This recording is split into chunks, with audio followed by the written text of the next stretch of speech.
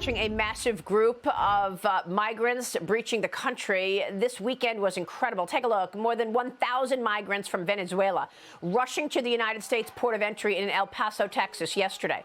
These migrants, as I mentioned, mostly from Venezuela, were seen pushing against the fenced borders, pushing into America. Both U.S. Border Protection and the Mexican military worked to contain the situation on both sides of the border yesterday. Joining me right now is former acting director of U.S. Immigration and Customs Enforcement. He's the Heritage Foundation visiting fellow and Fox News contributor, Tom Homan. Tom, thanks very much for being here. Incredible picture. Shows you this is not slowing down at all. How do you read this Venezuelan movement here into America? Well, remember the Venezuelans, they're part of that four-country agreement. They're going to bring 30,000 a month through parole. But look, these people aren't going to wait in line. The administration's actions speak louder than their words. Since Joe Biden's been in office, there's been over 6 million encounters on the border, and the vast majority of them have been released. So they're going to push to enter the country legally. They don't need parole because the end game is the same.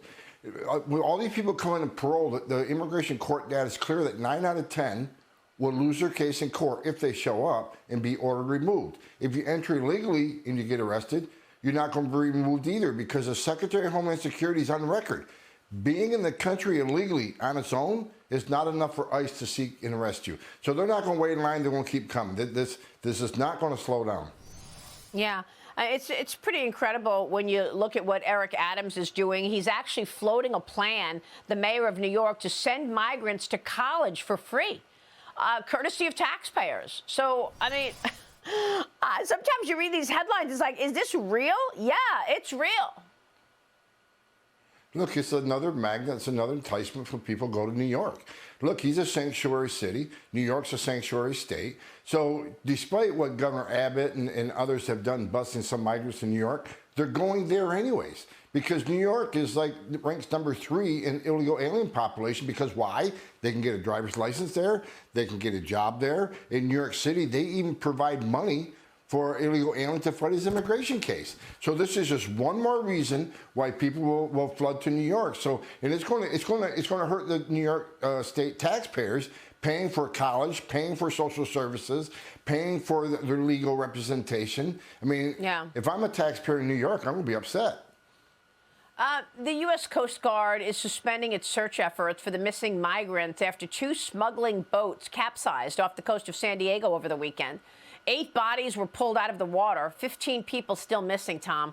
So you're actually seeing this trek toward America, a quite dangerous one. More migrants perceived dead. Look, I've said this from day one. This administration says their policies are more humane than the Trump policies. No, they're not. Because when you make those types of promises, you can enter illegally, you won't be detained, we'll fly you to the city of your choice at our cost, you'll get the work authorization, and even if you get order removed, like I just said, no one's looking to remove you. When you make them, on top of all that, they're talking about amnesty.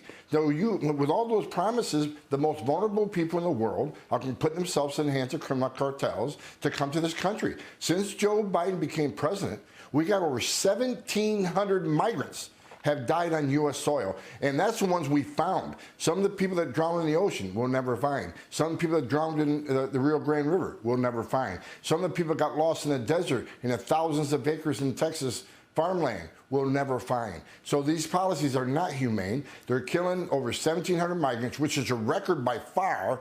Nothing even compares to it. Plus, you got over 106,000 Americans dying from fentanyl overdoses that come across the border. These policies are not humane. They're killing people. Well, the Republicans have tried to put a spotlight on it by doing, hearings at the border. Border Patrol Chief Raul Ortiz is set to testify at the House Homeland Security Committee field hearing. It's happening in McAllen, Texas, this Wednesday, Tom. What do you make of these hearings at the border, and what are you expecting at this Wednesday hearing? It's going to be tough questioning, and I know because I helped write the questions.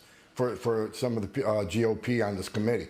So look, they're going to ask some straightforward questions about how this administration's direction toward him and how he implemented those directions. I think it's going to clearly show that this administration came in and unsecured the most secure border we ever had on purpose, and it's resulted in a record number of people coming across the border illegally, and at the same time a record low of those being those being removed. Even though, like I said, 90% lose their case, so we have a couple million people with final orders of removal, and it's going to show that ICE has the lowest number of removals in the history of the agency. So I think this hearing is going to show what this administration has done on purpose to unsecure the border and stop interior enforcement of any kind. All right, Tom, we'll be watching that. We so appreciate your insight on all of this. Thank you, sir. Thanks for having me, Maria. All right, Tom.